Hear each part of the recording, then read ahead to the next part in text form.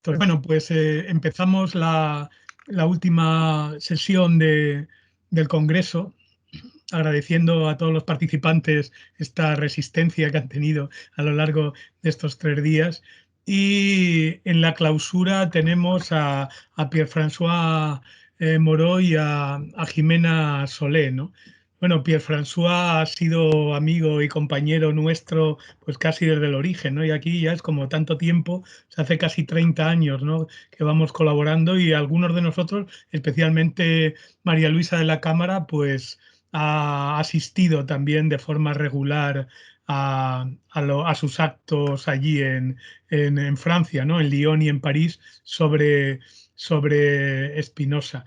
Entonces, bueno, lo más importante, aparte de que es uno de los grandes spinosianos a nivel mundial, es que justamente él está impulsando, dirigiendo la publicación y de las nuevas traducciones de la obra de Spinoza, y en concreto de la Ética al francés, ¿no? Y en ese sentido, pues yo creo que es perfecta su presencia aquí en la clausura, y la edición de la Ética precisamente la ha hecho con Piet Steenbakker, que, bueno, luego probablemente, si está ahí, podrá decir algunas palabras también, ¿no? Me dijo Pierre-François, y también le agradecemos que esté aquí con nosotros. Y Jimena Solé, pues también es muy importante también dentro del espinosismo en lengua castellana. Realmente ella ha trabajado mucho, además ha trabajado mucho justamente una cosa poco trabajada, que es la relación de Spinoza-Fichte, ¿no?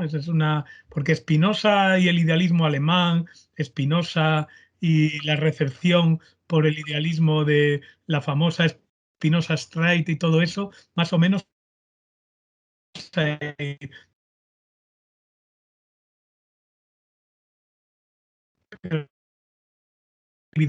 pues es coordinar también un seminario de investigación sobre Spinoza en la Universidad de Buenos Aires, ¿no? Entonces, bueno, ellos son los que van a cerrar, a clausurar el congreso. Aquí he perdido, se me ha puesto todo negro, no sé si es mío o es del mundo. Y bueno, en Paco, principio la mecánica... se ha Sí. interrumpido un poco lo que has dicho, una frase o dos, pero seguimos viéndote bien ahora y te Ah, oímos bien. he sido yo. No, me refiero que la dinámica es la misma, es decir, vamos a hacer una intervención cada uno de media hora, y luego nos queda media hora para el coloquio. Luego volveremos a cortar y luego acabamos con la asamblea del seminario. Entonces, cedo la palabra a Pierre-François Moreau. Merci. D'abord, je voudrais remercier les collègues espagnols pour cette invitation.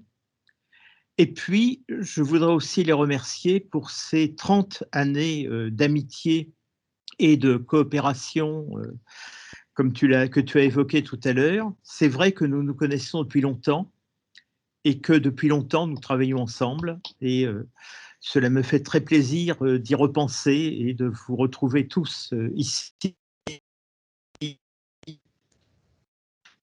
après. J'ai donc une demi-heure, donc jusqu'à 16h40. Oui. Oui. Je vais d'abord dire 2 mots sur l'entreprise générale. Et oui, je vous demande aussi de m'excuser de parler en français. Je vous comprends quand vous parlez en espagnol, mais moi, il y a trop longtemps que je n'ai pas parlé espagnol, il faut que je m'exprime en français. Donc, merci pour votre indulgence. Lorsqu'il y a très longtemps, nous avons entrepris de réaliser cette nouvelle édition complète des œuvres de Spinoza, nous avions plusieurs raisons. La première raison, c'est qu'il n'y avait pas eu d'édition complète depuis l'édition Gebhardt. Et que dans les années 1970-1980, des travaux importants, comme ceux de Focke Ackermann ou de Filippo Mignini, et plus tard ceux de Proietti ou de Steenbakkers, nous ont ouvert un nouvel accès au texte de Spinoza, à sa langue, à sa culture, et nous nous sommes rendus compte qu'à certains égards, malgré ses mérites, l'édition de Gebhardt était maintenant périmée, qu'il fallait donc la recommencer, et la recommencer en tenant compte justement de tout ce que nous savions de nouveau sur la façon de travailler de Spinoza, sur son rapport à sa bibliothèque, sur sa façon d'utiliser sa langue, le latin du XVIIe siècle, sur sa façon d'utiliser sa culture, les œuvres de Terence ou les œuvres de César ou de Suétone, enfin, des historiens latins ou des auteurs comiques latins qui viennent irriguer son écriture même, même quand il ne les cite pas explicitement. Donc, la première raison, c'était cela, refaire une édition qui tienne compte de tout le travail de science et d'érudition qui avait été fait sur le plan philologique à propos de l'œuvre de Spinoza. La deuxième raison, c'est qu'il y avait eu les grands travaux interprétatifs de Martial Guéroult, d'Alexandre Materon et de beaucoup d'autres, d'Emilia Giancotti en Italie, de beaucoup d'entre vous aussi en Espagne, de beaucoup d'autres en Allemagne, dans les pays anglo-saxons, aux Pays-Bas, en France. Donc, on ne pouvait plus lire l'œuvre de Spinoza comme on la lisait auparavant. Donc, une raison philologique, une raison interprétative, et puis, troisièmement, il y avait eu en France, pas seulement autour de Spinoza, beaucoup de discussions sur la façon de traduire les philosophes classiques. Est-ce qu'une traduction philosophique a les mêmes règles qu'une traduction littéraire? Est-ce qu'elle a une spécificité et laquelle? Est-ce qu'on doit traduire les mots conceptuels de la même façon qu'on traduit les mots qui font partie du langage courant? Doit-on traduire substantia, attributum de la même façon qu'on traduit sic, ita, etiam, etc., etc. Donc cette triple réflexion sur l'édition, sur le commentaire, sur les problèmes de traduction, nous avait convaincus qu'il fallait entreprendre cette nouvelle édition des œuvres complètes, celle que vous voyez maintenant aux Presses universitaires de France, dont nous avons déjà plusieurs volumes. Alors, nous l'avons commencé à plusieurs parce que c'est un travail trop important pour être fait par une seule personne.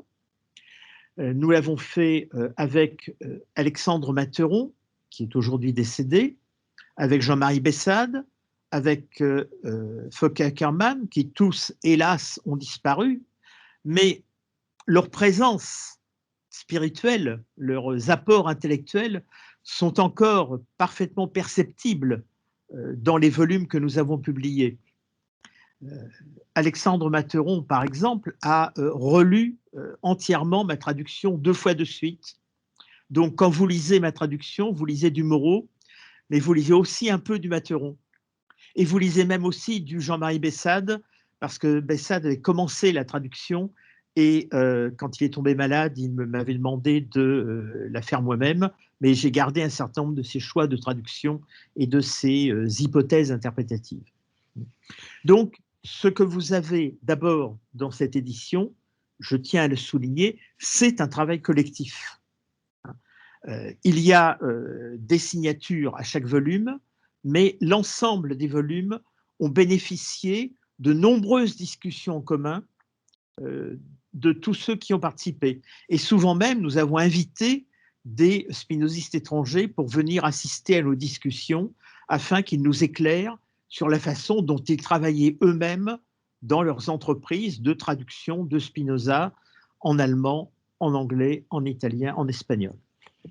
Donc, voilà, bien entendu, toutes les fautes, toutes les erreurs qu'il y a dans la traduction, elles sont à moi. Mais tout ce qui est positif, j'y tiens, c'est un travail collectif. Et c'est un travail qui a duré longtemps, les premières discussions ont commencé il y a une trentaine d'années, et le travail proprement dit sur l'éthique, Ackermann y a travaillé pendant très longtemps, Steenbakers y a été associé y a travaillé avec lui, et moi-même, ça fait 10 ans que j'ai mis pour la traduction et le commentaire. Alors, en ce qui concerne l'édition de l'éthique proprement dit, comme vous le savez, on dispose de 3 sources maintenant, les opéra postuma, la version néerlandaise des Narraletterschriften qui était parue en même temps que les opéra postuma, et puis depuis 10 ans, grâce au travail de Lenspreut et de Pinato Taro, nous disposons maintenant de l'édition du manuscrit du Vatican, donc, qui représente l'état du travail de Spinoza en 1675, 2 années avant la mort de Spinoza, donc 2 années avant le texte que nous avons aux opéra postuma. Alors, il a fallu réfléchir sur la situation propre de ces textes. On aurait pu, par exemple, décider d'éditer le Vaticanus en disant, voilà, c'était le texte fait par Spinoza, mais ce texte contient aussi des erreurs. Et puis, il se peut que sur certains points très précis, très ponctuels, Spinoza ait évolué entre 1675 et 1677. À notre avis, il n'a pas beaucoup évolué. Il n'a pas travaillé constamment sur l'éthique après son achèvement en 1675, mais il n'est pas impossible qu'il soit revenu, encore une fois, très ponctuellement, lorsque son attention a été attirée par un point particulier. Par exemple, dans le traité politique, il fait un chapitre sur le rôle de la superbia, de l'orgueil en politique, et à ce moment-là, peut-être, il vient rectifier, modifier un peu le texte de l'éthique pour le rendre plus intense, plus fort. Donc, nous avons décidé d'éditer le texte des opéra postuma en considérant les 2 autres textes comme des textes d'appoint, des textes secondaires, et donc la version finale, celle que Pistenbachers a rendue aux presses universitaires de France, c'est une réédition des opéra postuma avec 2 sortes de corrections, des corrections qui allaient de soi, si j'ose dire, quand le texte est incompréhensible, et souvent certaines corrections avaient été avancées déjà par les précédents éditeurs, et d'autre part, quelques corrections, nous avons décidé de donner raison au manuscrit du Vatican, surtout quand il coïncidait avec la version néerlandaise, contre les opéra postuma, mais encore une fois, notre édition n'est pas un mélange des 3 sources. Il y a une source essentielle qui est les opéra postuma, la version latine, et 2 sources secondaires qui ne servent que pour corriger l'autre quand c'est nécessaire, et qui sont le Vaticanus et la version néerlandaise. Je vais plutôt maintenant vous parler de ce qui est le sujet de ce colloque, c'est-à-dire le problème de la traduction. Alors, nous avions d'emblée, quand nous avons commencé à faire cette édition des œuvres complètes et complexes d'ailleurs, pris un certain nombre de décisions collectives concernant la traduction. Ces décisions, c'était d'abord que la traduction devait être la plus rigoureuse possible. Donc, que certes, nous allions essayer de l'écrire en bon français, dans un français compréhensible, dans un français qui ne soit pas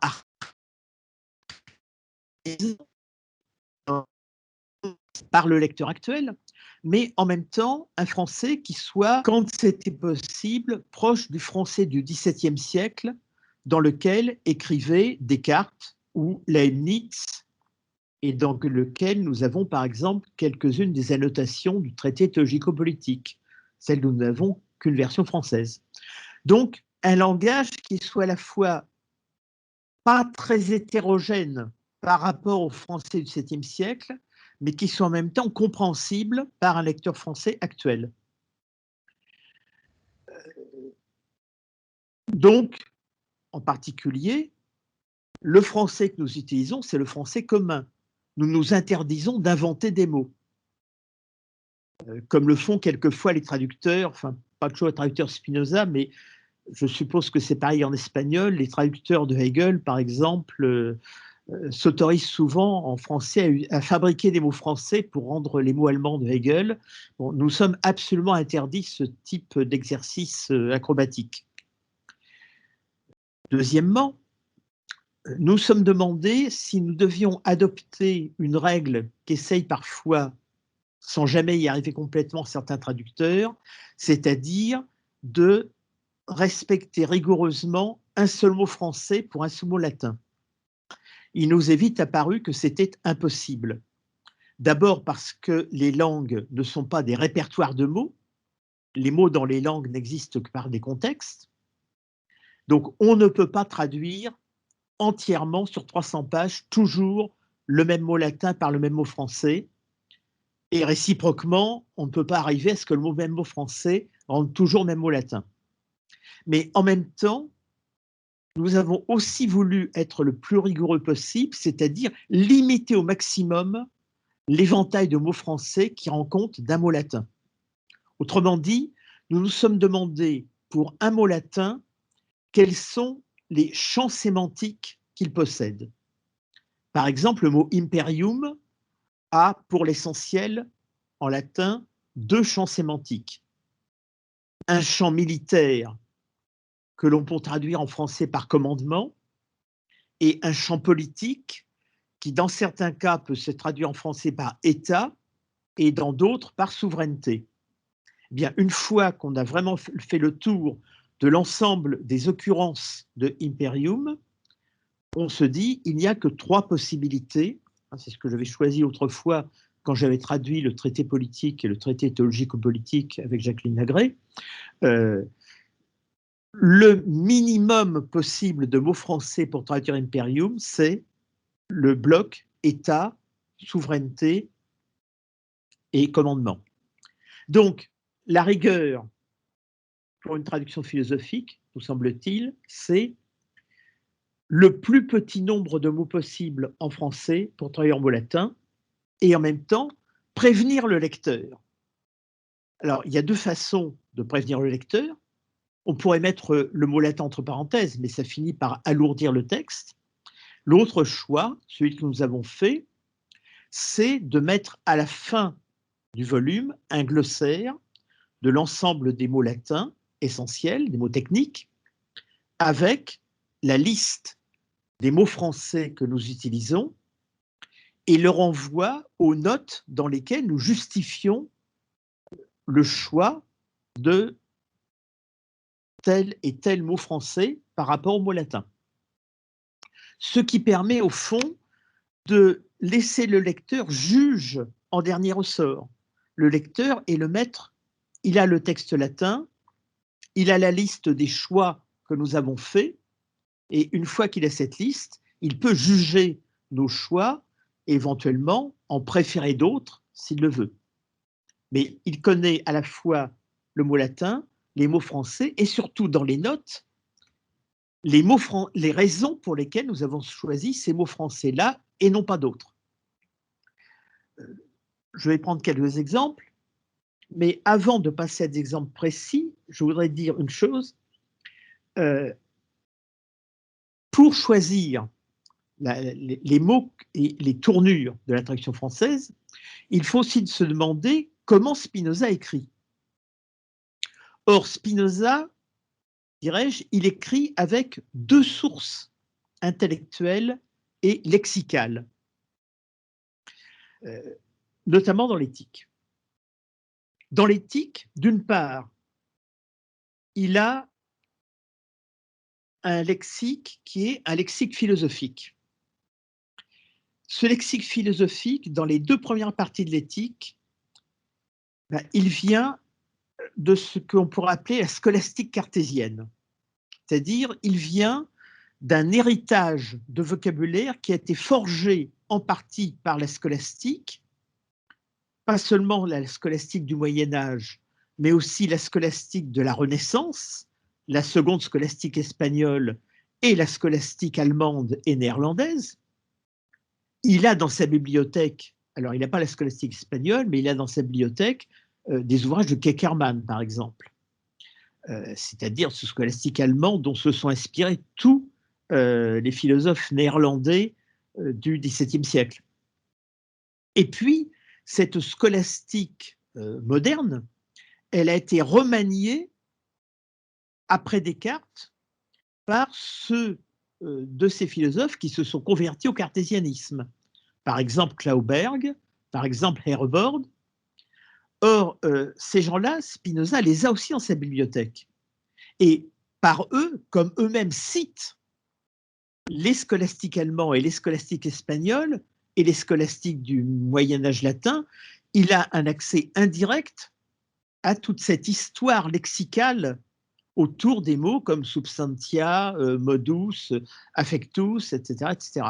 Donc, lorsque Spinoza commence à écrire, lorsqu'il veut exprimer sa pensée en latin, il dispose d'un lexique latin qui a une histoire, qui est venu se concrétiser, hein, se cristalliser dans cette scolastique cartésienne. Et plus alors je dis ça pour les deux premières parties de l'éthique, pour tout le vocabulaire métaphysique, épistémologique, etc. Et en ce qui concerne les trois dernières parties, c'est-à-dire la théorie des affects, il a encore plus simplement le lexique de Descartes lui-même, le lexique des passions de l'âme. Alors on me dira, mais les passions de l'âme sont écrites en français.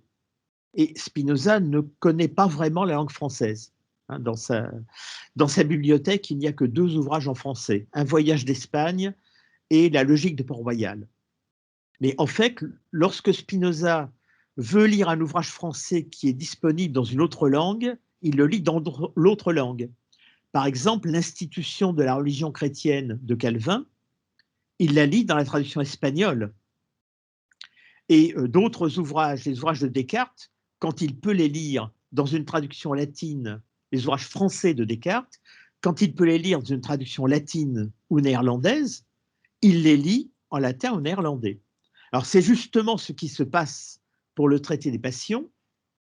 Descartes publie le traité des passions en 1649 en français, mais l'année suivante paraît une traduction en latin, les Passiones Animae.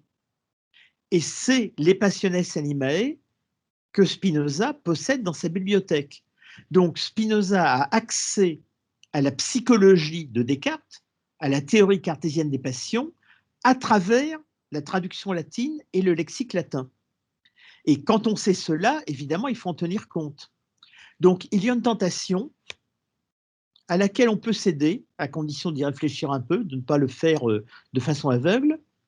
C'est quand on regarde les termes latins utilisés par Spinoza, d'aller regarder dans les Passiones Animae, la traduction latine de Descartes par Desmarais, et ensuite dans le français de Descartes, pour se demander, au fond, quel est le mot français que Spinoza est en train de traduire en latin, indirectement.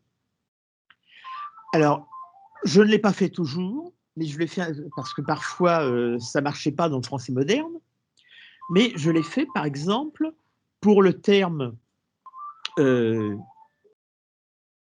Descartes utilise, qui est le terme d'irrésolution. Irrésolution, le traducteur latin ne sait pas le traduire. Il utilise une périphrase. Et Spinoza, à son tour, reprend cette périphrase que l'on traduit souvent en français par une périphrase qui est l'oscillation des passions. Mais le plus simple, c'était de reprendre irrésolution. Donc, j'ai à chaque fois traduit par irrésolution, c'est-à-dire par le terme cartésien. Alors, je me rends compte qu'en faisant cela, peut-être que j'accentue le côté cartésien de Spinoza. Mais il me semble que ça n'est pas une mauvaise accentuation parce que, au fond, le seul auteur que Spinoza cite 2 fois dans l'éthique, c'est Descartes, et c'est 2 fois à propos de la théorie des passions. Donc, il me semble que là, il y a une certaine justification à aller rechercher le vocabulaire cartésien, en quelque sorte, par-dessus l'épaule de Spinoza. Alors, je vais prendre quelques exemples maintenant de choix difficiles. Bon, ce sont des choix que j'avais déjà rencontrés en traduisant le traité théologico-politique. Spinoza possède un vocabulaire psychologique qui est assez riche, parce que le lexique latin est riche. Ce vocabulaire, c'est mens, anima, animus, spiritus, et j'en oublie encore quelques-uns, et intellectus, bien sûr. En français, il y a un problème, c'est que nous avons moins de mots qu'il n'y en a en latin. En particulier, le mot mens n'a pas d'équivalent français. En italien ou en espagnol, vous pouvez dire la mente. En français, on ne peut pas. Donc, en français, il va falloir choisir entre âme et esprit. Mais si je prends esprit, je vais avoir un problème pour traduire spiritus. Si je prends âme, je vais avoir un problème pour traduire anima. Alors, on a beaucoup discuté là-dessus, et finalement, nous avons remarqué la chose suivante. Le problème, il n'est pas uniquement un problème linguistique, c'est d'abord un problème philosophique. Je veux dire, le coup de force épistémologique de Spinoza, c'est d'avoir, avec son terme mens, concentré à la fois ce qui concerne la théorie de la connaissance, et là on aurait bien envie de traduire par esprit, et ce qui concerne la théorie des passions, puisque la mens est le siège des affects. Donc, de toute façon, mens correspond à la fois à esprit et à âme. Et le choix que nous avons fait, c'est comme en français, c'est plus facile et plus court de dire un état d'âme que de dire un état d'esprit, c'est plus restrictif. J'ai choisi le mot âme parce que le mot âme rend plus toute la dimension psychologique qui est celle des 3 dernières parties de l'éthique. Alors, comment traduire anima dans ce cas-là? Finalement, le problème est relativement limité puisque dans l'éthique, Spinoza renonce à l'usage de anima. Il n'utilise anima que quand il discute explicitement la position de Descartes. Donc, à ce moment-là, j'ai utilisé le mot âme entre guillemets, puisque c'était uniquement une polémique cartésienne, et ça n'arrive que 2 ou 3 fois dans l'ensemble de l'éthique. Un autre exemple, alors là, qui est lié à l'évolution de la langue française, et qui me semble justement caractéristique. Descartes parle des passions de l'âme. Jamais dans le traité des passions, jamais dans les passions de l'âme, il n'utilise le mot affect. Ce qui est intéressant, c'est que son traducteur latin, Desmarais, utilise parfois passio et parfois affectus, que Descartes utilise. Et même quand il doit donner le titre du livre, Desmarais dit passiones animae. Mais à l'intérieur des différentes parties du livre, il lui arrive de dire prima pars de affectibus.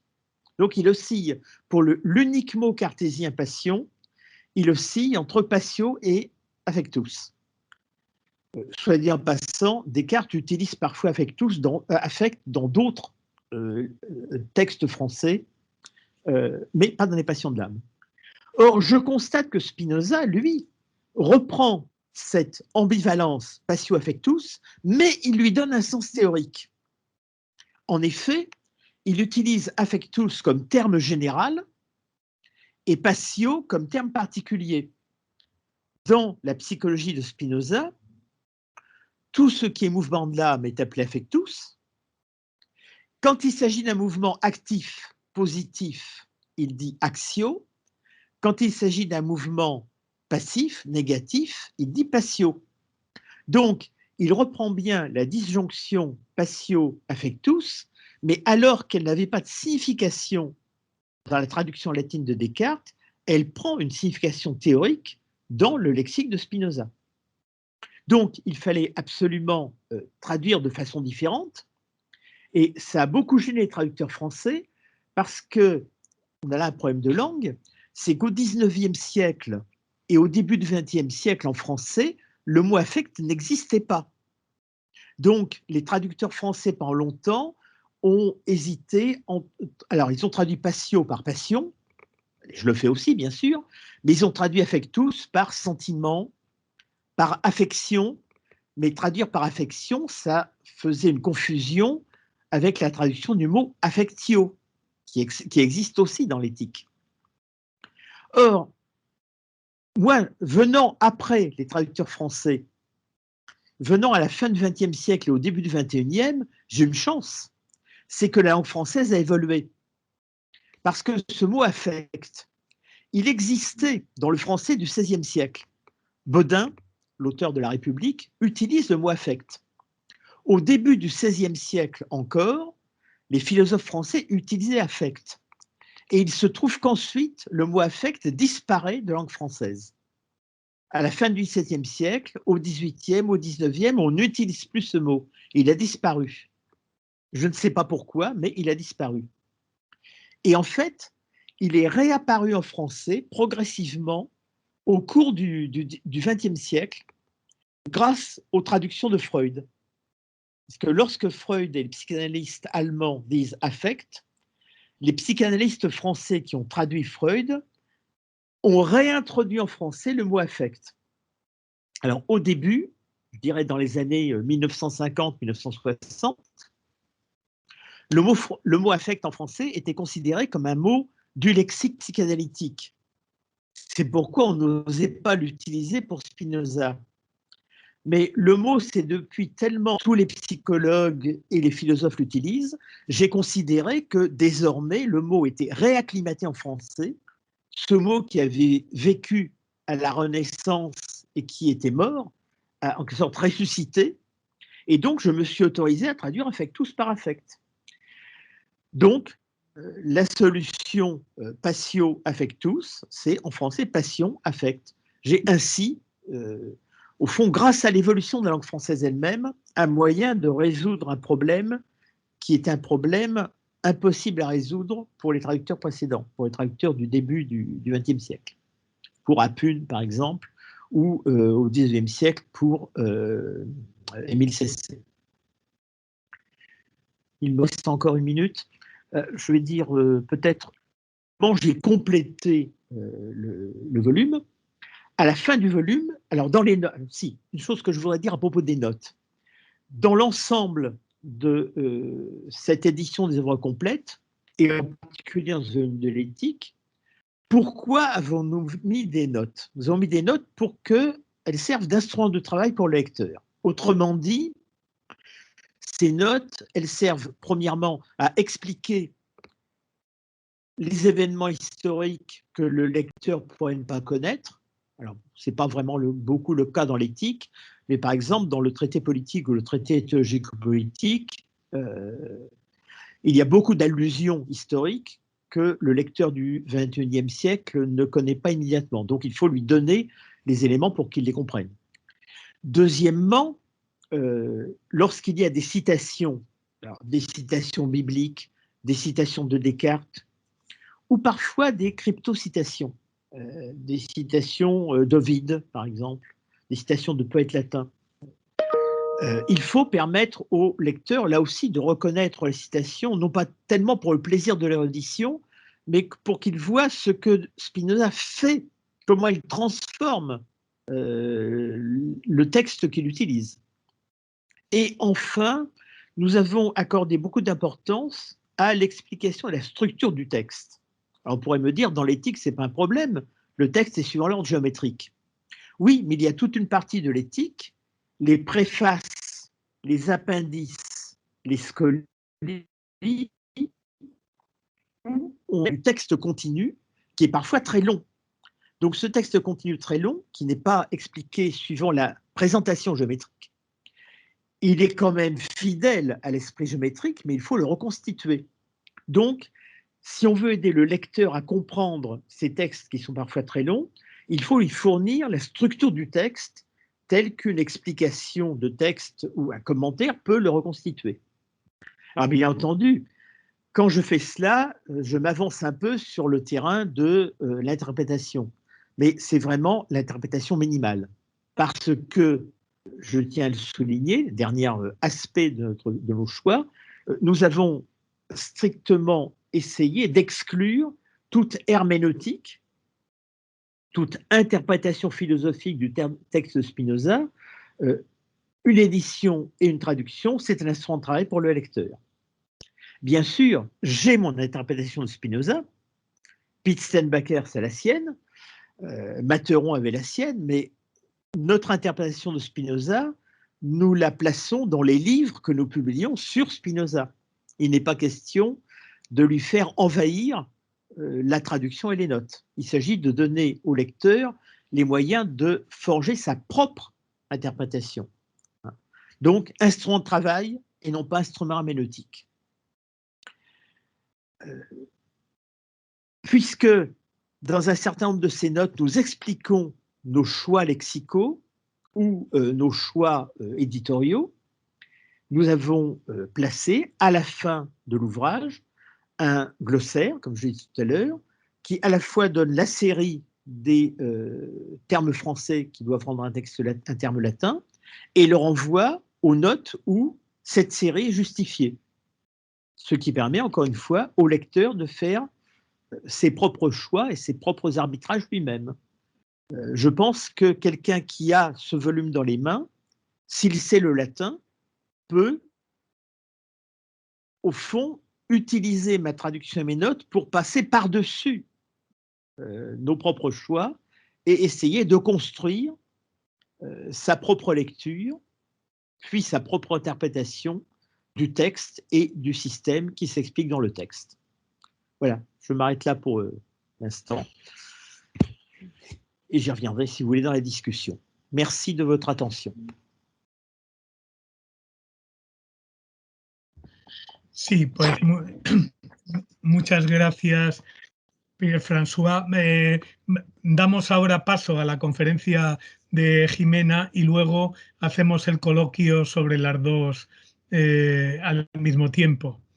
Pues Jimena Solé tiene la palabra.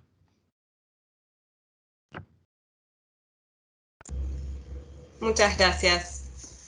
¿Se me escucha? ¿Sí? Bueno, muchas gracias, Francisco, por la presentación y muchas gracias por esta invitación a participar de este congreso, que es una bellísima celebración de los 30 años del Seminario Spinoza. Es un gran honor, además, compartir este panel de cierre con el profesor Moreau, que ha compartido con nosotros recién una verdadera clase de traducción e interpretación. Bueno, el título de mi intervención es ¿Por qué leemos a Spinoza? Y verán que mi tono es más bien ensayístico. La cuestión de la actualidad de Spinoza parece haberse instalado como un enigma a descifrar entre los especialistas. El creciente interés de la comunidad académica internacional, la proliferación de investigaciones y congresos sobre su pensamiento, la aparición de nuevas traducciones, la gran curiosidad que despierta su figura incluso en el público no especializado, ha motivado la pregunta acerca de la actualidad de sus obras. Escritas hace más de 3 siglos en un lugar lejano, muy lejano si nos encontramos, como es mi caso, en el sur del continente americano. Sin embargo, quienes nos dedicamos a estudiar la historia de la recepción de Spinoza, sabemos que esta cuestión, la actualidad de su doctrina, no es un fenómeno exclusivo de nuestra época presente. Desde su aparición, las obras de Spinoza no han dejado de interpelar a los lectores de todos los tiempos. A pesar de la prohibición que pesó sobre sus escritos, a pesar de la difamación y la persecución de la que fue víctima, Spinoza jamás fue olvidado.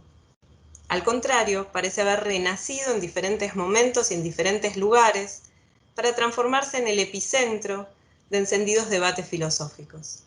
En este sentido, la filosofía de Spinoza es tan actual hoy como lo fue para los protagonistas de la temprana Ilustración, para los idealistas alemanes de finales del siglo XVIII o para los intelectuales del Mayo francés.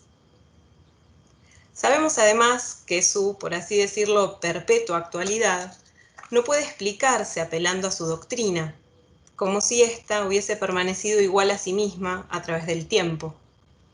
Cada siglo, ha afirmado Pierre Majeret, tiene su propio Spinoza.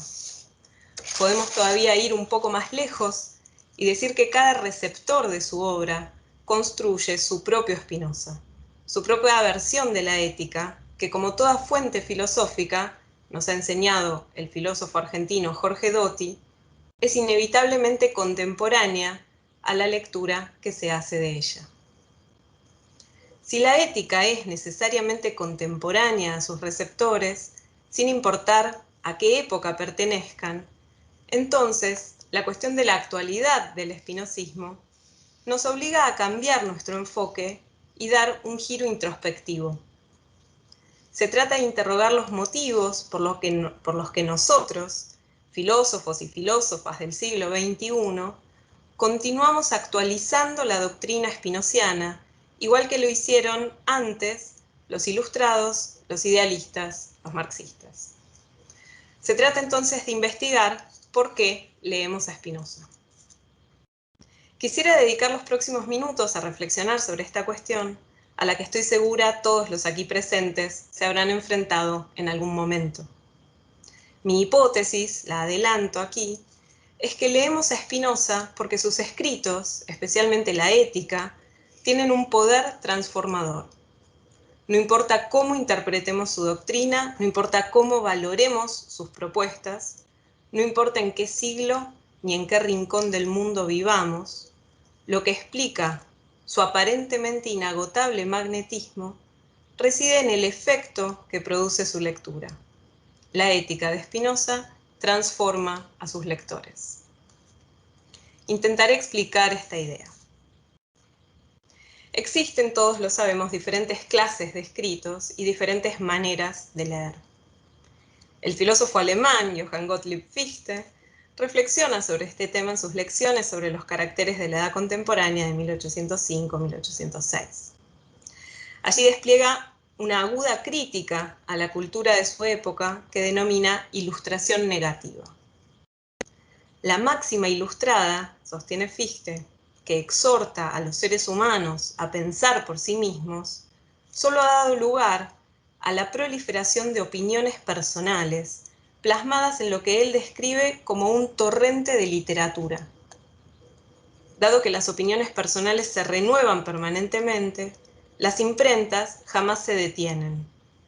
Cada nueva oleada desplaza a la precedente. Los lectores, por su parte, leen sin cesar y corren detrás de cada novedad. Al igual que otros medios narcóticos, dice Fichte, la lectura los deposita en el placentero estado intermedio entre el sueño y la vigilia. Los balancea en un dulce olvido de sí. Así la ilustración, que aspiraba al pensamiento autónomo, consigue el efecto opuesto. Hunde a los seres humanos en el tedio y la indiferencia. La propuesta de Fichte es buscar otra forma de comunicación completamente distinta, que imitando el modelo de la oralidad, borre la distinción entre autores y lectores, que requiera actividad tanto por parte de quien expresa sus ideas como de quien las recibe, que invite a una escucha atenta, que no sofoque el pensamiento propio, sino que lo exija. ¿Qué clase de libros la Ética y qué clase de lectores produce? Creo que estaremos de acuerdo en que la Ética no es uno de esos libros narcóticos criticados por Fichte, obra de quien se apresura por dar a la imprenta una colección de meras opiniones personales. La experiencia de leer la Ética difícilmente puede ser descrita como una experiencia de pasividad e inercia. La decisión de exponer su sistema según el orden geométrico, aunque para algunos resulte dificultoso y hasta intolerable, es en realidad una invitación a los lectores a realizar las deducciones, a construir las pruebas, a descubrir por sí mismos las conclusiones. Spinoza no pretende que sus lectores acepten, asientan y repitan lo leído. El orden geométrico, cada una de sus demostraciones, es una exhortación a pensar por uno mismo. Al igual que Fichte, Spinoza considera que este es el requisito imprescindible de cualquier discurso que se pretenda filosófico. En la segunda anotación al Tratado Teológico Político, una obra dedicada casi por completo a reflexionar acerca de la escritura y la lectura, Spinoza deja expuesta la diferencia que existe entre el profeta y el filósofo. Quienes escuchan una profecía, sostiene, no se transforman en profetas, no experimentan ellos mismos las revelaciones divinas que el profeta interpreta y comunica. En cambio, sostiene Spinoza, quien escucha a un filósofo se hace filósofo. A diferencia del don profético reservado a unos pocos, dueños de una imaginación muy vivaz, el conocimiento natural, que depende de la razón, es común a todos. Todos podemos percibir, comprender y eventualmente aceptar lo que enseñan los filósofos con la misma certeza, con la misma seguridad que ellos lo perciben. Un texto, un discurso que espera motivar a sentimiento irreflexivo y sumisa aceptación no es filosofía. Alguien que intenta imponer sus opiniones apelando a su autoridad o a su renombre, al miedo o a la admiración, no es un filósofo. A diferencia de la religión, que persigue la obediencia, la filosofía busca la verdad. Pero para acceder a la verdad solo hay un camino, el ejercicio de la propia facultad del conocimiento. Al leer la ética somos movidos a pensar por nosotros mismos. La ética nos exhorta a ejercer nuestra potencia de pensar y al hacerlo nos transforma en filósofos, en filósofas. Este es el efecto que, como adelanté hace un momento, creo que explica la atracción que genera y ha generado la ética a través de los siglos. Hasta aquí mi respuesta a la pregunta que temerariamente elegí como título para esta intervención. ¿Por qué leemos a Spinoza? Porque la ética nos transforma en filósofos, nos conduce a ejercer nuestra propia potencia de pensar. Al leerla, inevitablemente la recreamos, necesariamente la reescribimos, y por eso es cada vez actual y local. Pero como suele suceder, la respuesta da lugar a una nueva pregunta, todavía más temeraria que la del título. ¿Qué implica esta exhortación a pensar por nosotros mismos, que según acabo de afirmar es el motivo por el que leemos a Spinoza? Si leer la ética nos transforma en filósofos, ¿en qué consiste este filosofar? Veamos qué dice Spinoza sobre esto. ¿En qué consiste filosofar? ¿Qué implica pensar por uno mismo? ¿No? Esta es la pregunta que ahora le hacemos a Spinoza. Según Spinoza, pensar por uno mismo consiste en formar ideas adecuadas. Las ideas adecuadas son el resultado del ejercicio de nuestra propia potencia de pensar. A diferencia de las inadecuadas, de las que somos causa parcial y son por lo tanto siempre oscuras y confusas, las ideas adecuadas, claras y distintas, no requieren para existir más que de la efectividad de nuestra propia potencia. La segunda definición de Ética 3 establece que actuamos cuando ocurre algo en nosotros o fuera de nosotros de lo cual somos causa adecuada, y que padecemos cuando en nosotros ocurre algo o de nuestra naturaleza se sigue algo de lo que no somos sino causa parcial. Cuando tenemos ideas inadecuadas, padecemos. Las ideas inadecuadas son algo que nos sucede, que no controlamos. Aparecen en nuestra mente como conclusiones sin premisas. En cambio, cuando concebimos ideas adecuadas, actuamos. Cuando conocemos la verdad, ejercemos autónomamente nuestra potencia de obrar, y por eso pensar por uno mismo es, según Spinoza, actuar. Para comprender la identidad entre pensar y actuar, es necesario abandonar la concepción ingenua de las ideas como representaciones de una realidad exterior, independiente y previa a nuestra mente. Spinoza muestra que las ideas no son algo mudo como una pintura sobre un lienzo, que podamos afirmar o negar, sino que son el hecho mismo de entender.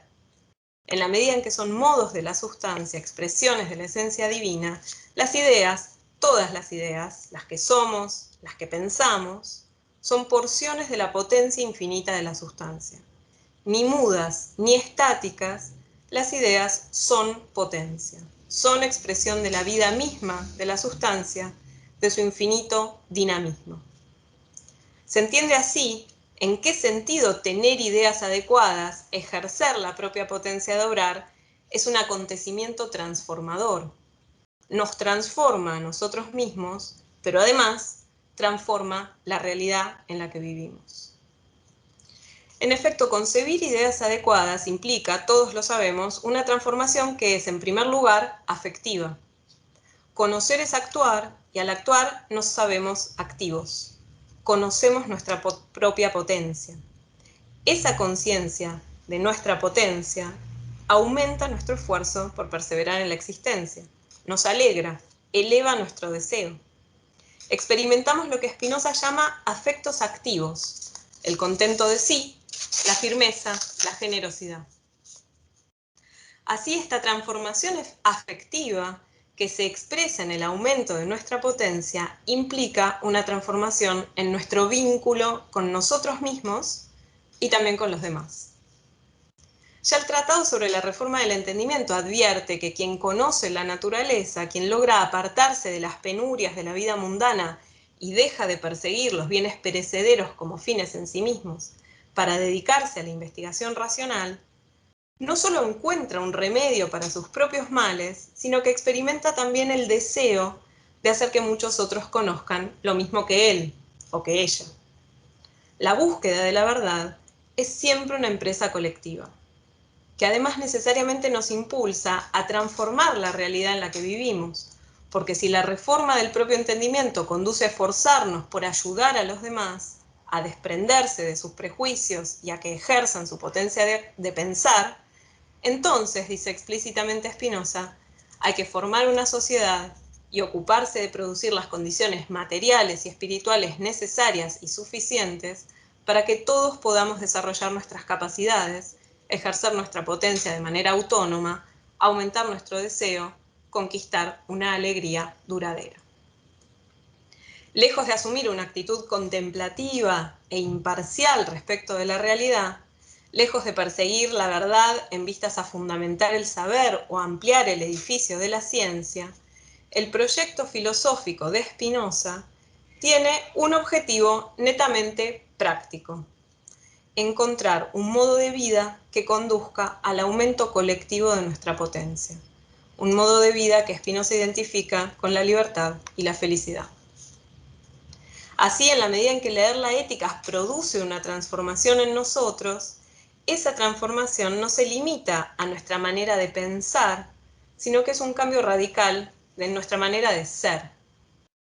Si la Ética nos exhorta a pensar por nosotros mismos, esa exhortación es también al mismo tiempo una exhortación a actuar, a ser causa adecuada de lo que sucede en nosotros y fuera de nosotros, una exhortación a cambiar el mundo. Ser filósofo, en sentido espinosista, implica entender que la filosofía es una actividad colectiva que involucra al individuo completo, tanto su cuerpo como su mente, y que consiste en una praxis transformadora. Es precisamente esta concepción de la filosofía como una práctica transformadora lo que nos permite, en mi opinión, pensar la relevancia del espinosismo para nuestra época, cuestión propuesta por este Congreso y en la que me gustaría detenerme unos instantes ya para concluir. Dijimos que leemos la Ética porque nos transforma en filósofos, pero en una clase particular de filósofos que entienden la filosofía como una acción colectiva y transformadora de nosotros mismos, de nuestro vínculo con los otros y del mundo que habitamos. En este sentido, la Ética se revela como una obra que excede el conjunto de sus proposiciones, escolios y corolarios. En la medida en que nos apropiamos de su exhortación a actuar, la Ética se revela como un libro viviente, abierto, que lejos de concluir con su última página, permanece inacabado y se proyecta en una tarea infinita que sus lectores, devenidos filósofos espinosistas, estamos llamados a completar. Como quería Fichte, se borra la distinción entre el autor que comunica sus ideas y el lector que se limita a recibirlas. ¿Qué relevancia tiene en la actualidad esta práctica transformadora, esta tarea infinita que la Ética nos exhorta a llevar a cabo? ¿Qué significa ser, hoy en día, filósofos espinosistas. Creo que la historia de la recepción del espinosismo puede sernos de ayuda también frente a esta pregunta. No es ninguna novedad que reflexionar acerca del pasado ilumina el presente. Durante décadas la doctrina de Spinoza fue considerada no solo errónea, sino también peligrosa. Ya sus contemporáneos comprendieron que la postulación de una divinidad inmanente suprime la existencia del Dios trascendente y personal de las religiones tradicionales. La refutación de la concepción antropomórfica de la divinidad y el rechazo de los valores morales trascendentes que Spinoza despliega en la ética, anula el fundamento de una moral universalmente válida y del sistema de premios y castigos después de la muerte. La radical reivindicación de la libertad de pensamiento y expresión, que ya había expuesto en su tratado teológico-político junto con su defensa de la democracia y la afirmación de que el fin del Estado es la libertad, atentan abiertamente contra cualquier gobierno que ejerza el poder de modo despótico y trate a sus ciudadanos como esclavos. La filosofía de Spinoza era un peligro para el orden religioso y político establecidos. Con el correr del tiempo, el término espinosista comenzó a usarse como una acusación, que motivó la persecución, la censura, el encarcelamiento y hasta el destierro. El espinosismo se transformó en una filosofía clandestina, que pocos se atrevían a admitir públicamente. En cambio, eran frecuentes las exposiciones destinadas a refutarlo, que apelaban no solo al tono violento, sino también a deformaciones caricaturescas de sus ideas. Ciertamente la situación ha cambiado. Al menos en los países democráticos, nadie es perseguido hoy en día por espinosista. Sin embargo, promover el ejercicio autónomo de la propia potencia y la transformación de la realidad en vistas a garantizarlo y promoverlo, es decir, ser espinosista, parece no haber perdido su capacidad de poner bajo amenaza el orden establecido en la actualidad y el sentido común de nuestra época. Contra el individuo y la atomización sobre los que están construidas las sociedades contemporáneas, Spinoza enfatiza la unidad de todo lo real y los vínculos que nos ligan a los otros.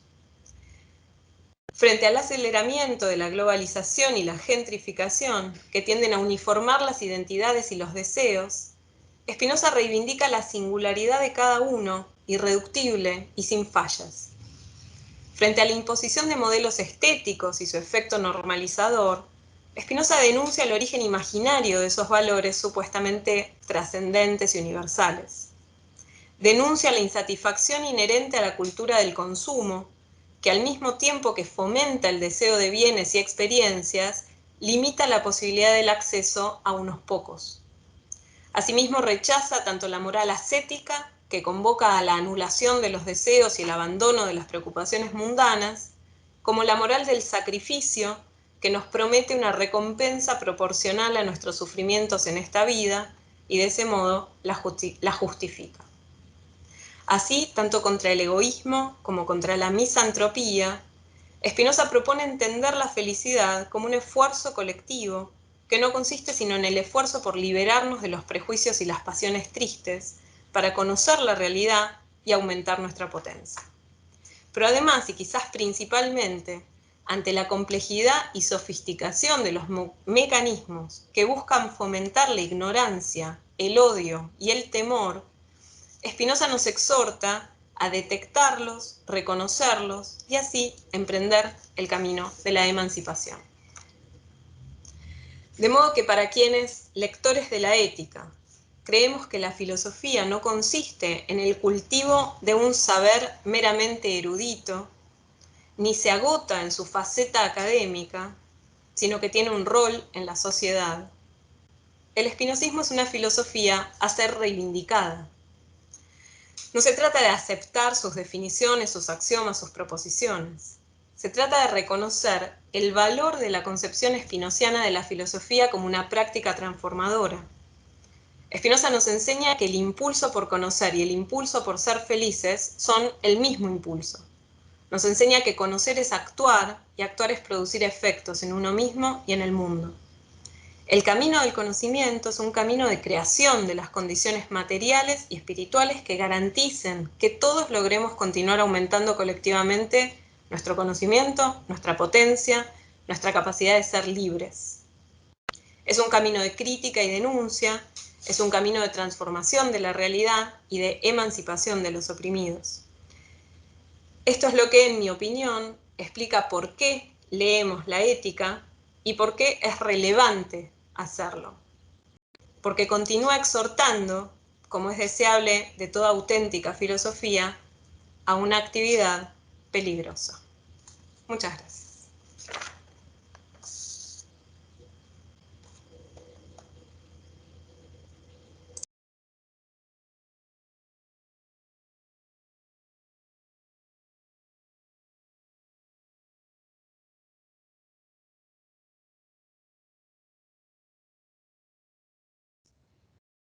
Paco, tienes que darle al micrófono.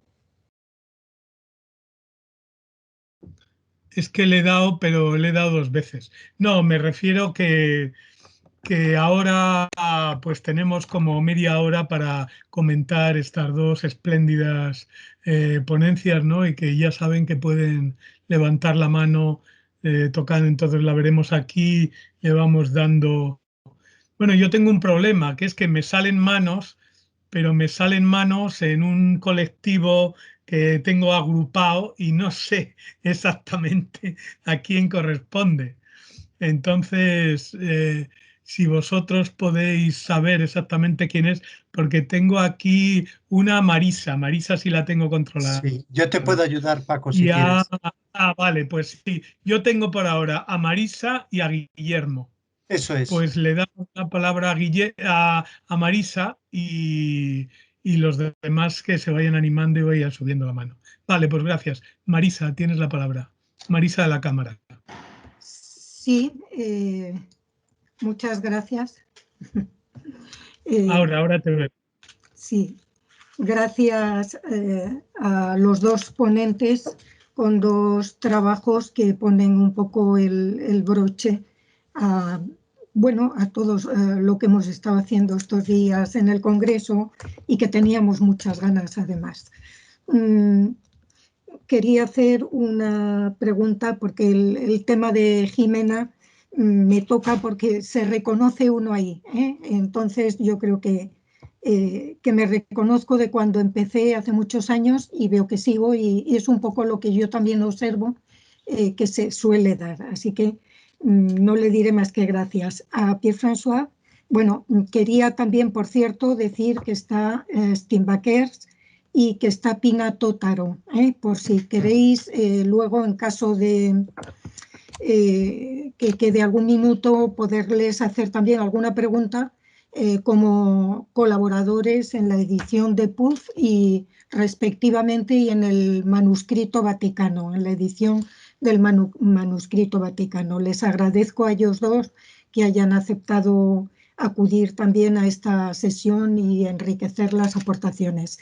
Le quería preguntar a Pierre-François. Intervengan, o sea, Sí, perdona, les invitamos a que intervengan. Claro que aunque nos cuenten, aunque sea brevemente, porque vamos. Pero si hay tan poco tiempo, Paco, hay tiempo bastante, vamos sí. a ver. Sí. Bueno, yo quería hacerle a Pierre-François Moreau una pregunta concreta.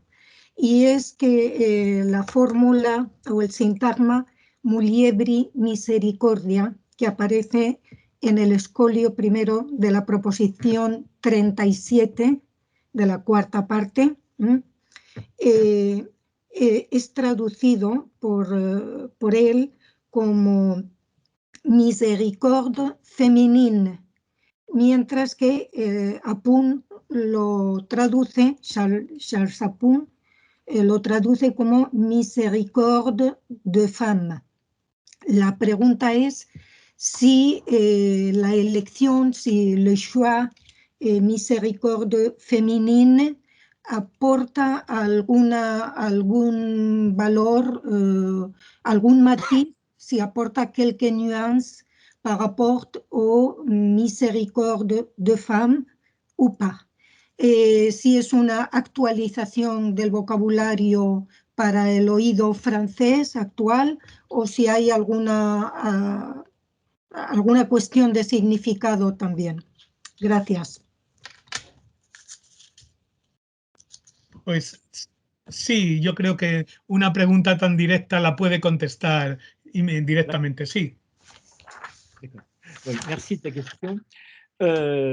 Effectivement, mot à mot, ça veut dire miséricorde de deux femmes. Mais d'abord, il me semble qu'en français, alors je ne peux pas le justifier, hein, c'est le Sprachgefühl, enfin, le sentiment de la langue. Il me semble qu'en français, on ne dit pas miséricorde de deux femmes, ou que si on le dit, ça a un côté péjoratif.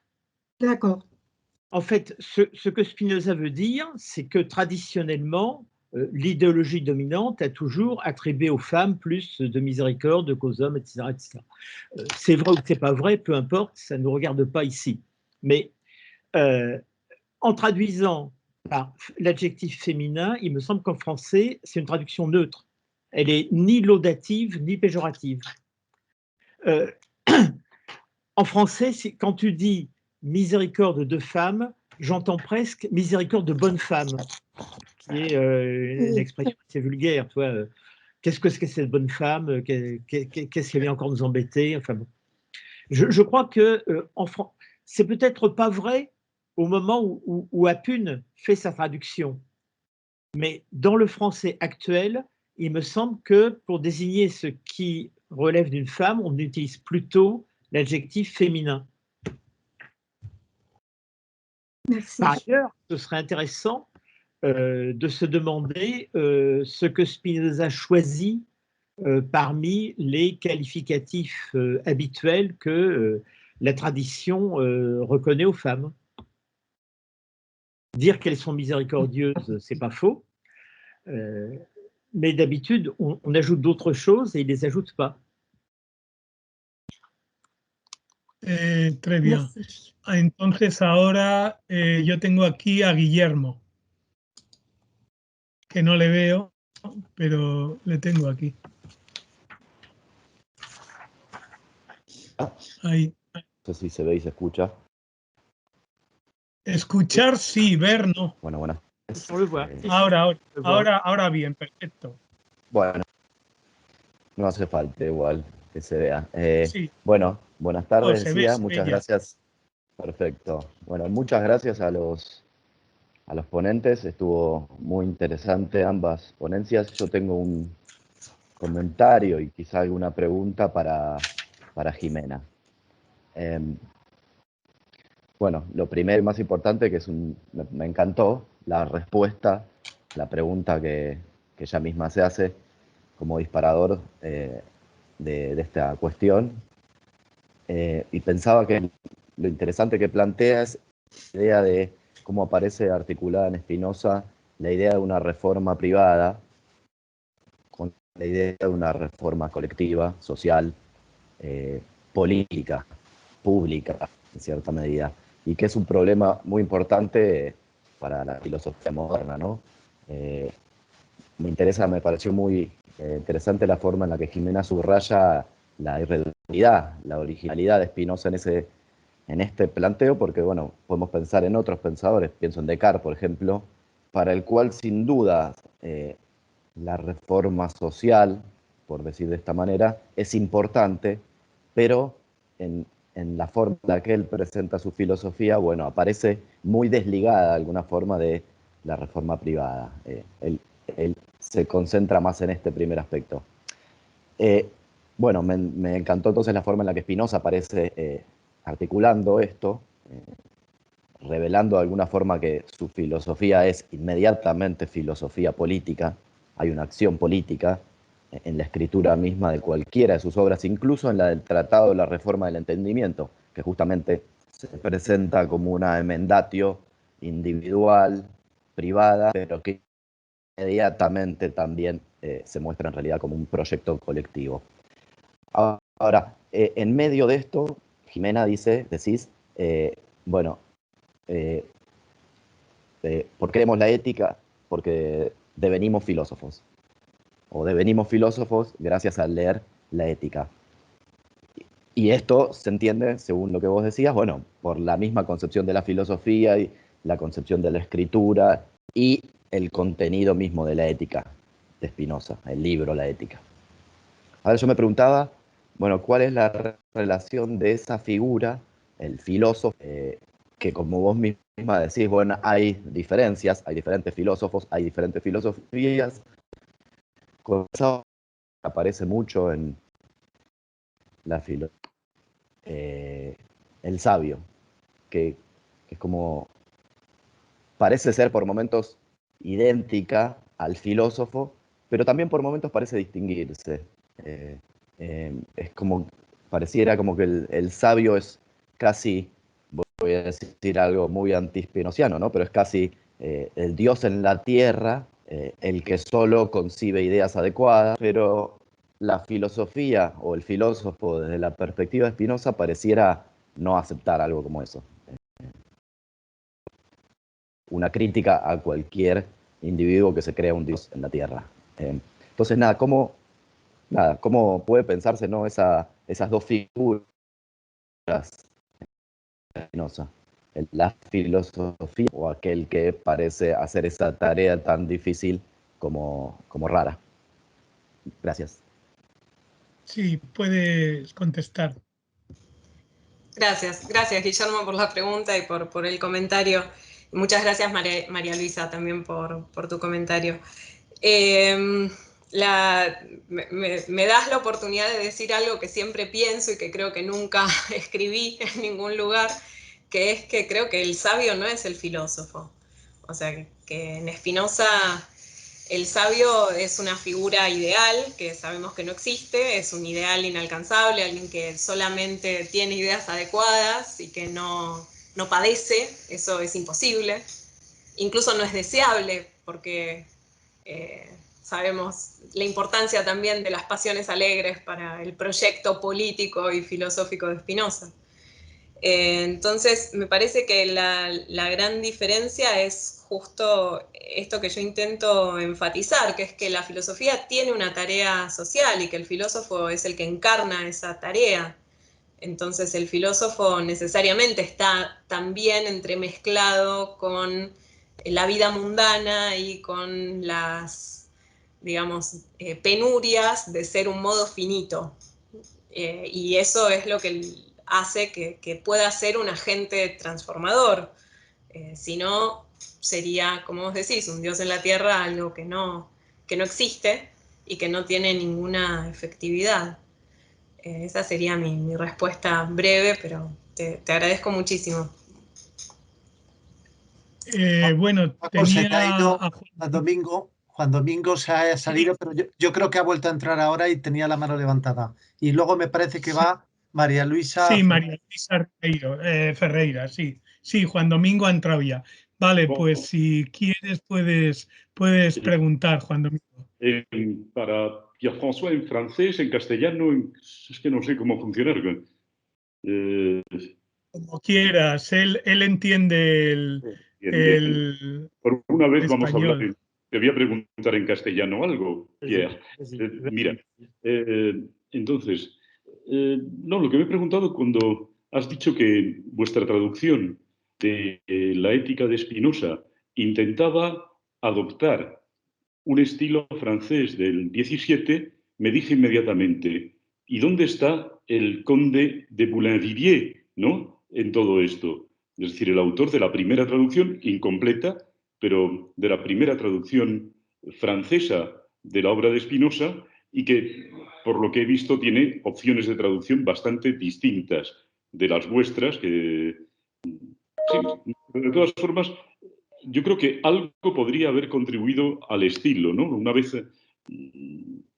que se trata de reconstituir un estilo de escritura filosófica, podría haber sido interesante. No sé si lo habéis hecho, si consideráis que es un mal traductor.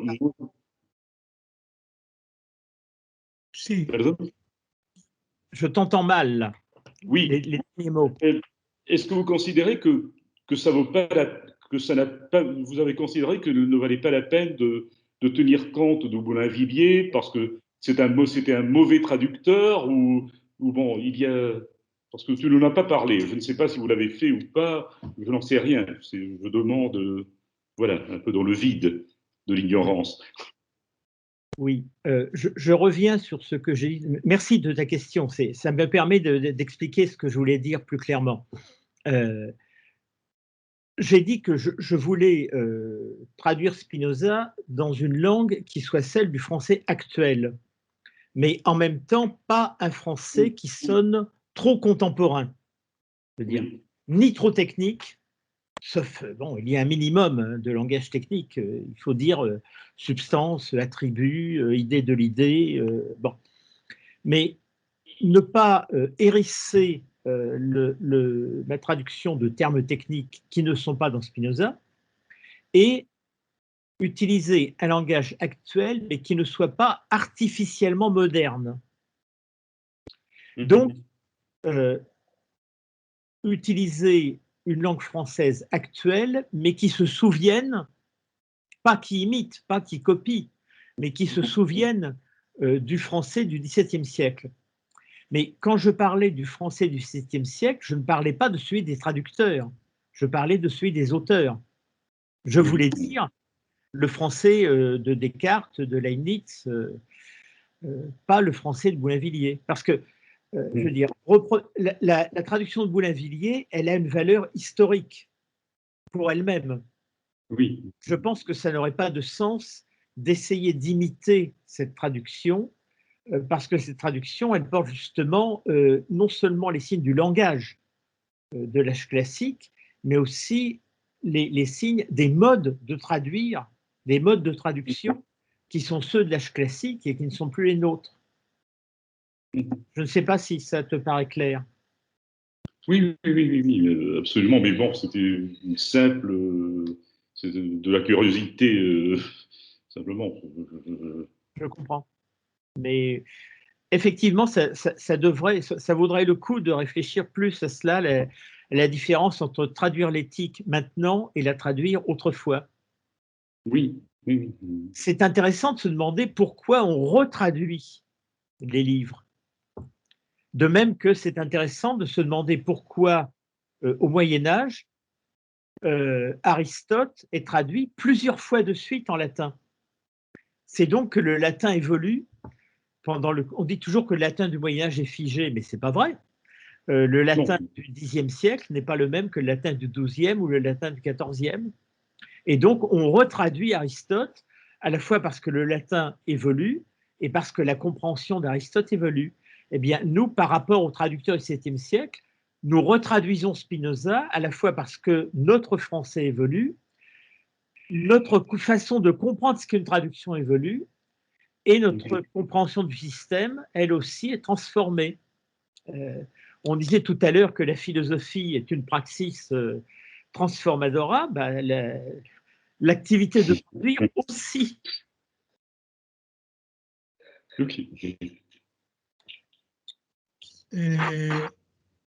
Sí. Bien, ahora María Luisa Ribeiro Ferreira tiene la palabra. Dale al micrófono,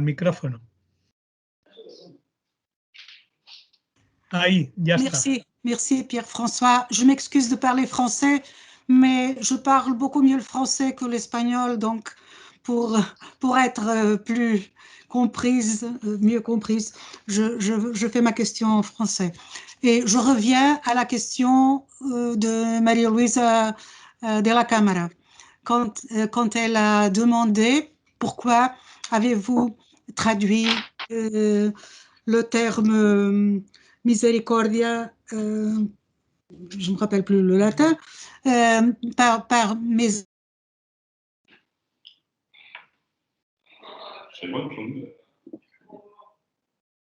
Oui, no suena. Je ne traduis pas par miséricorde de femme parce que c'était péjoratif. Mais je lis ce que Spinoza a écrit dans l'autre traduction et dans le latin. Et il dit, cette loi qui interdit d'immoler les bêtes est fondée plutôt sur une vaine superstition et une miséricorde de femme que sur la saine raison. cette miséricorde que vous dites féminine s'opposerait à la saine raison ici et s'opposerait et serait une vaine superstition. Donc je pense que c'est péjoratif. Spinoza dit quelque chose de péjoratif sur les femmes et c'est tout à fait compréhensible si on pense à l'époque où il a écrit. Mais je lève ce problème si ce n'est plus fidèle à Spinoza de mettre une miséricorde de femme. Sí. No, vous devez ouvrir le micro. C'est bon, ça y est, c'est ouvert. Ça va, ça va. Je crois que Spinoza, dans ce passage, oppose, comme d'habitude, la miséricorde qui n'est pas un sentiment rationnel à la raison. Bon, ça n'est pas péjoratif. Il y a la raison d'un côté, les passions de l'autre. Ok. Là-dessus, il prend un exemple qui renvoie à un stéréotype qui est que les femmes ont plus de miséricorde que les hommes. Ça ne veut pas dire que les hommes sont rationnels. Ça veut dire que les hommes ont d'autres passions. Les hommes sont envieux ou jaloux, alors que les femmes sont miséricordieuses. Bon. Les deux ont tort. Et ça n'est même pas péjoratif de dire ça dans un cas comme dans l'autre. C'est les lois de fonctionnement de la nature humaine qui l'impliquent. Donc, ce qu'on peut dire, c'est que Spinoza utilise un stéréotype dans un cas comme dans l'autre. On peut dire, c'est pas vrai, un homme pourrait être miséricordieux, une femme pourrait être envieuse. Mais dans les deux cas, pour Spinoza, ce sont les lois de la nature humaine qui produisent une passion. Si on dit en français, alors là, je m'appuie sur mon sentiment de la langue et peut-être qu'un autre français n'aurait pas le même sentiment. Il y a toujours quelque chose de subjectif là-dedans. Mais je crois qu'il y a quelque chose de plus. Quand en français on dit féminin, le mot féminin est neutre. Quand on dit de femme, j'ai l'impression que dans le français actuel, le mot en rajoute dans la péjoration. Il est plus péjoratif. Il ne dit pas simplement c'est un effet de la nature humaine sous sa forme féminine. Il y a un côté méprisant qu'il n'y a pas dans le texte. Très bien, ça je suis d'accord, mais il approche la vaine superstition, oui. il approche la vaine superstition oui. avec cette miséricorde oui. de femme ou féminine, comme vous voulez. Donc c'est une vaine superstition, c'est vaine. Il oui, dit quelque chose, il est critique, n'est-ce pas? Quand il parle de superstition, il dit toujours qu'elle est vaine. Ouais. C'est la wana religio, la religion. Bien, mais il dit qu'elle est opposée à la saine raison, n'est-ce pas? Oui, oui, tout à fait. Mais alors, cette miséricorde est typique des femmes. Oui, puisque non, elle n'est pas typique des femmes. Elle est plus marquée chez les femmes. C'est bien. On penche chez Spinoza, mais c'est bien. Non. Je pense que pour Spinoza, un homme aussi pourrait aussi avoir cette passion, la miséricorde, mais c'est moins vraisemblable. Il est plus vraisemblable que l'homme ait la passion inverse, c'est-à-dire l'absence de pitié, la méchanceté, l'envie, etc. etc. C'est un stéréotype courant. Hein. Oui. Maintenant, tu pourrais me faire une autre objection. Tu pourrais me demander qu'est-ce qui m'autorise à dire que dans le latin du XVIIe siècle, muliebris n'a pas un sens péjoratif en tant que mot. Et là, j'avoue, je ne sais pas répondre. Aucun de nous ne parle spontanément le latin du XVIIe siècle. Donc, je suis parti du principe que le terme était neutre en latin. Tu vois ce que je veux dire? Je ne suis pas convaincu, mais j'accepte tes raisons. Okay. Bueno, yo creo que podemos dejar la palabra, o al menos si quieren, darles la oportunidad que hablen a Pina Totaro, que sí la tengo aquí controlada, aunque no tiene imagen, y luego a Pieter Steenbecker. Pero bueno, a Pina la tenemos aquí. Si quiere decir algo respecto a su trabajo con el manuscrito del Vaticano, pues puede hacerlo ahora. Tendría que dar a la pantalla y al micrófono. Sí, ya la veo y la oigo. Perfetto, bienvenida. Grazie, grazie davvero. Io non pensavo di parlare in questa occasione perché non era soltanto così veramente per me il piacere di incontrare gli spinozisti spagnoli con i quali appunto non c'è stata più molta occasione di incontrarci, e anche appunto assistere, perché so che voi effettivamente avete lavorato moltissimo in questi ultimi anni su Spinoza. Io ho seguito, ho cercato di seguire il più possibile. Scusate, posso parlare in italiano o parlo o posso... Sì, no, puede hablar in italiano, sì. Scusate, se preferite posso parlare in francese, ecco, non in spagnolo perché non sarebbe molto comprensibile il mio spagnolo. Comunque veramente sono molto lusingata di essere appunto qui diciamo così con voi, se possibile, e di rivedere appunto Pierre-François Moreau, che oltre a tutti appunto gli amici spagnoli, perché ecco, quello che vorrei dire è anche dunque il 20 maggio prossimo noi organizzeremo qui in Italia anche un incontro della Societas Spinozana Italiana, e in quella occasione io presenterò appunto questa edizione dell'Etica di Pierre-François Moreau e Piet Steenbakers, e veramente quello che posso dire è che si tratta veramente di un'edizione eccezionale. Ecco, veramente Moreau e Steenbakers hanno fatto un lavoro eccellente, poi è veramente un enorme lavoro, perché si tratta di è un lavoro di edizione critica, e io ecco, a proposito di questo, forse l'unica cosa che veramente tengo a dire è questa, che nel momento della scoperta, quando poi abbiamo fatto l'edizione della Etica del manoscritto del Vaticano, io veramente noi abbiamo fatto una trascrizione del manoscritto, l'abbiamo anche realizzato in tempi diciamo molto rapidi, perché l'eccezionalità e l'importanza della scoperta ovviamente ci costringeva a dei tempi molto rapidi anche di edizione. Ma io personalmente non ho mai pensato che quel manoscritto potesse essere potesse fungere, potesse funzionare da nuovo testo critico, da vero testo critico dell'etica.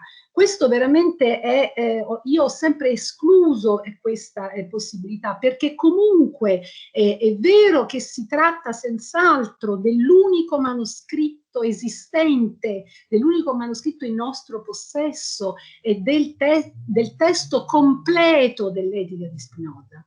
Però è anche vero che appunto per i motivi che Pierre-François Moreau ha in parte insomma esposto, effettivamente questo testo non può essere considerato il testo critico. Il testo critico dell'edizione dell'Etica è quello che noi abbiamo oggi realizzato grazie al lavoro di Piet Steenbakers e di Pierre-François Moreau, e che veramente tra l'altro insomma è un lavoro, è stato un lavoro molto complesso, che effettivamente insomma ha avuto anche necessità di tempi lunghi, ma comunque ecco, è questo oggi il vero testo critico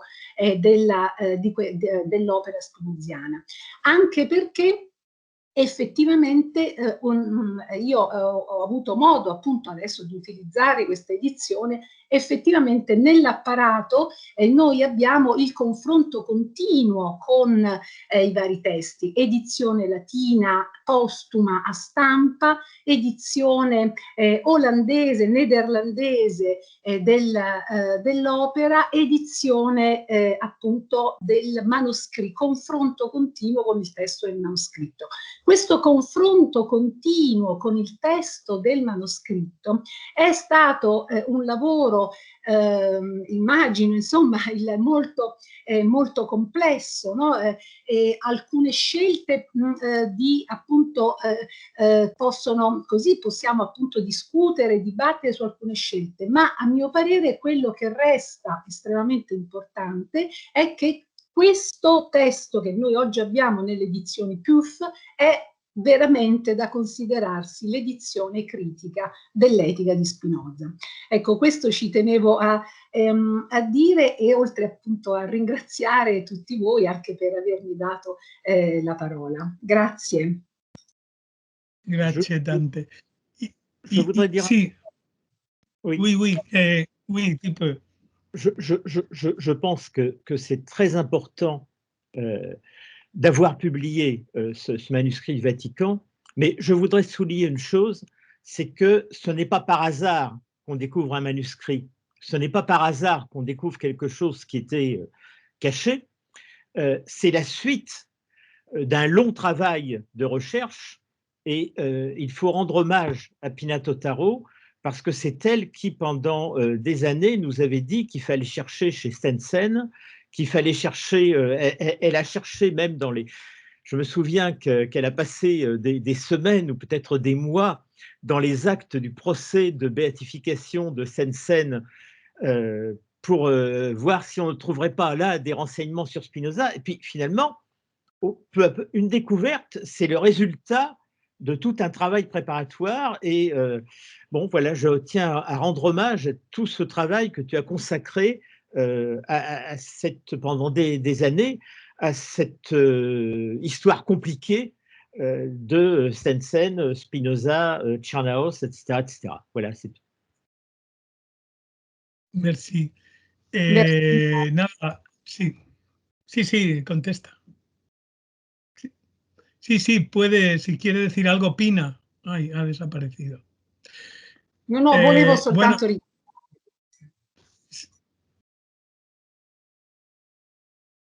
sí, es que no, ha desaparecido. Bueno, no, me refería, si está Pete Stenbacher y quiere decir algo, Pierre-François está... El micrófono. Pete Stenbacher, il était là. Ahora. Je ne vois pas, mais il est... Pues, j'ai vu son nom il y a une seconde. Si quiere decir algo, aunque no le veamos, pero puede hablar también abriendo el micrófono. Paco, yo ahora no le veo entre los que están en la reunión. Il n'est plus là. Il était là tout à l'heure, mais il n'est plus là. Ha debido de salir. Bueno, pues lo vamos a dejar aquí entonces. Vamos, reconociendo, claro, por supuesto, su labor fundamental en la traducción y edición de la ética y en general en los textos con Pierre-François, ¿no? Bueno, pues yo quisiera acabar agradeciendo a todos los participantes y los asistentes que han dado un apoyo tremendo a este congreso. Yo creo que es un orgullo para nosotros el haber puesto este cumpleaños, ¿no? Ya de 30 años, tantos años al haber visto a estos amigos con los que llevamos tanto tiempo trabajando juntos, ¿no? Y sobre todo constatar que el espinosismo y la lectura sobre Spinoza, desde los niveles más técnicos hasta los niveles más divulgativos, como se ha aludido algunas veces a lo largo del Congreso, pues está vivo. Es decir, que hay un espinosismo difuso que puede ser aprovechado, ¿no? Yo creo que para los investigadores que nos dedicamos a esto, pues es un orgullo, ¿no? Ver dedicarse a autores que pueden tener virtualidad no solo para los especialistas, sino también como ayuda en estos momentos de tribulación, ¿no?, tan tremenda, ¿no? O sea, quiero decir que en ese sentido yo creo que constatar que el espinosismo en todos sus niveles está muy vivo, pues yo creo que alegra, ¿no? Sobre todo, insisto, como empecé al principio, ¿no? En un filósofo que cuando nosotros estudiábamos en los años 70, 80, pues era absolutamente marginado, ¿no? En castellano, y que gracias a la labor de Atilano, de Vidal, de Gabriel Albiac, etcétera, etcétera, pues se ha ido concentrando, ya digo, también a lo largo de estas 3 generaciones, grosso modo, ¿no?, de espinosistas españoles que ahora convivimos, ¿no? Entonces yo creo que eso es muy importante. Un pensador marginal pues ha sido recuperado y puesto en el centro del currículum y de la problemática en general filosófica, ¿no? Y yo creo que eso para los espinosianos y los espinosistas pues nos debe de servir de orgullo, ¿no? Y nada, más agradecer. Ahora vamos a cortar como unos 25 minutos o así, y luego a las 6 vamos a tener una reunión, la del seminario de Spinoza, en principio es para los miembros, pero es abierta, es decir, que todo el que le interese pues puede también abrirlo y asistir en directo, ¿no? Pues muchas gracias a todos y espero que el próximo año podamos vernos de otra manera. Lo ideal sería vernos físicamente, pero bueno, al menos asegurar que de alguna manera de aquí a un año pues volveremos a estar en contacto, ¿no? Bueno, pues muchas gracias y ya saben, dentro de media hora nos encontramos otra vez. Sí.